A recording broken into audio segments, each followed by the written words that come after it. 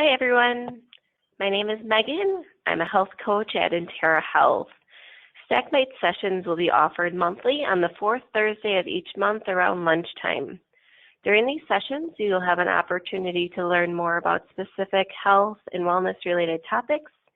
As we all have limiting schedules and tight time frames, these Snack Bites are intended to provide a bite of information.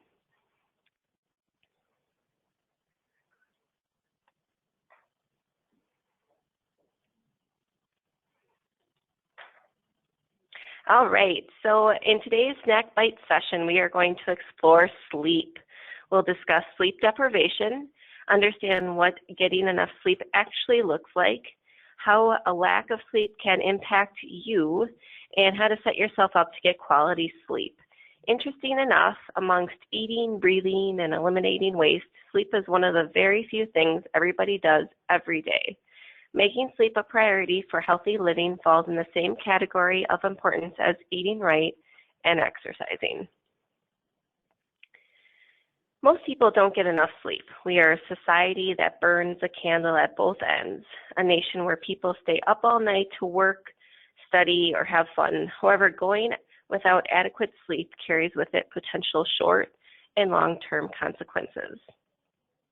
In short, a lack of adequate sleep can affect judgment, mood, ability to learn and retain information, and may increase the risk of serious accidents and injury.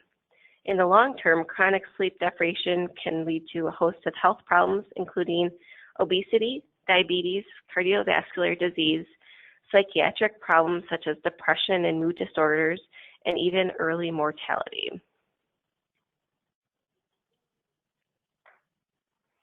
You know that sleep is vital to your physical and mental health, but how can you tell whether you're truly sleeping well?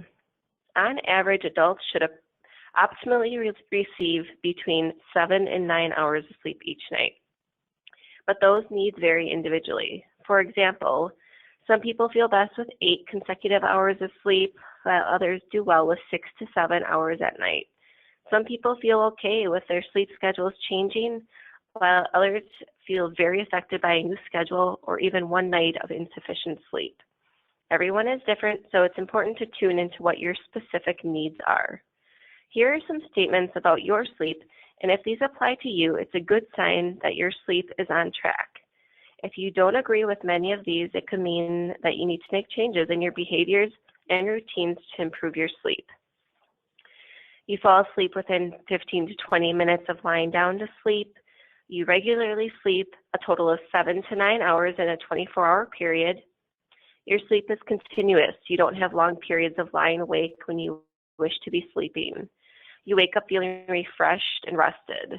You feel alert and are able to be productive throughout most of your day.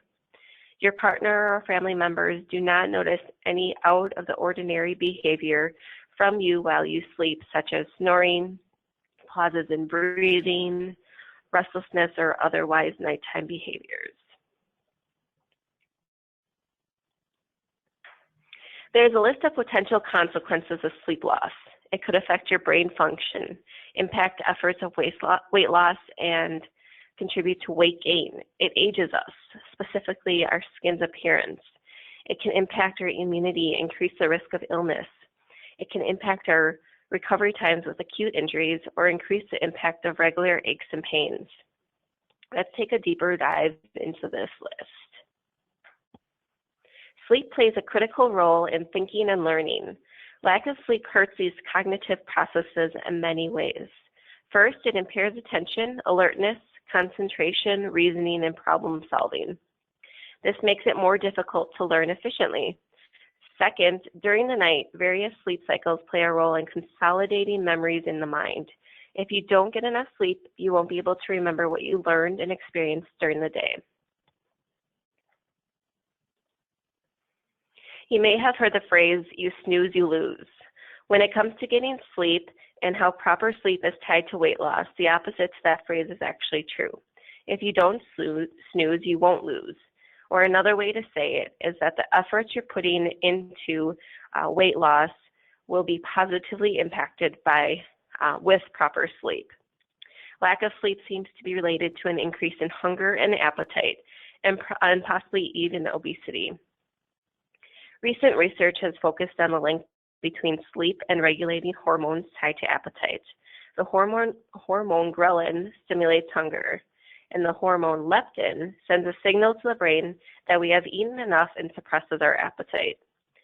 Shortened sleep time is associated with increased ghrelin, or a greater feeling of hunger, and decreases leptin, which can feel like we can't quite get enough to feel full and satisfied.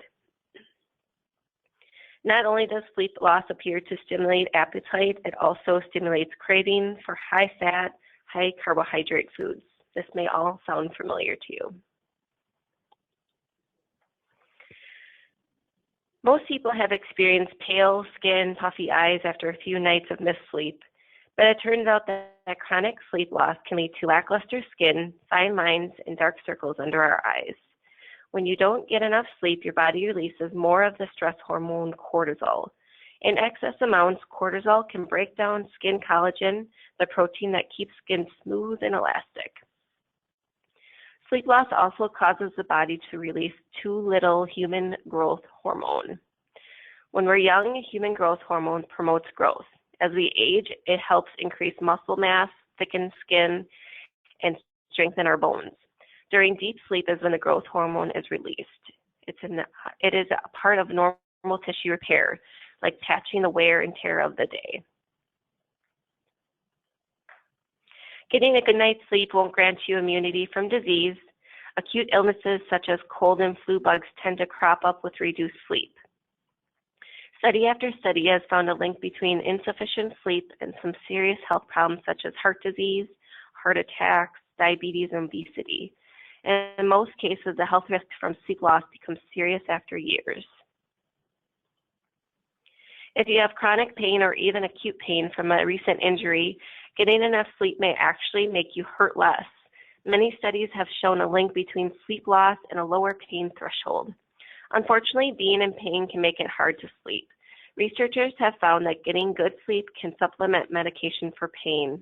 If pain is keeping you up at night, there's also medication available that combines a pain reliever with a sleep aid. So the body has its own way of regulating sleep, but this intricate system can be influenced by internal and external factors. To set yourself up to have the best night's sleep possible, here are a few habits to explore to ensure you have quality sleep. Go to bed and wake up at the same time every day, even on weekends and non-work days. Being consistent reinforces your body's sleep-wake cycle and helps to promote better sleep at night. Nicotine, caffeine, and alcohol all can impact sleep. The stimulating effects of nicotine and caffeine take hours to wear off and can wreak havoc on quality sleep. And even though alcohol may make you feel sleepy at first, it can disrupt your sleep later in the night.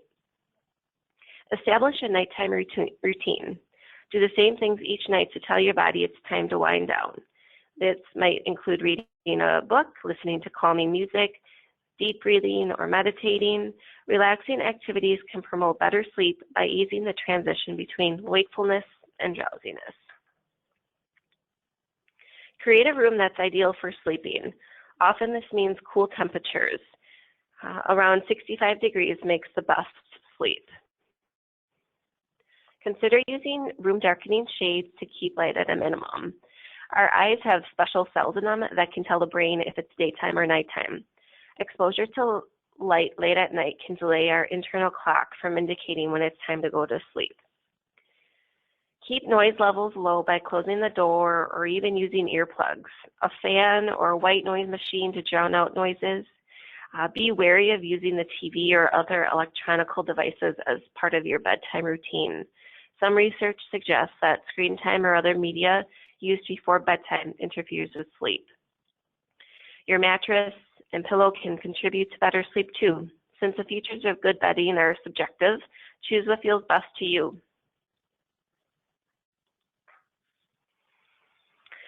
So that's all we have for today. If you'd like to learn more about sleep, be sure to check out the InHealth newsletter from April, or feel free to schedule a health coaching session with me. Appointments can be scheduled in your InHealth dashboard, or give me a call. I can be reached at 414-755-4898. I look forward to seeing you next time. May's Snack Bite session will be on May 25th at 11:30 a.m. Central Time, and the topic is skin health. We'll see you then.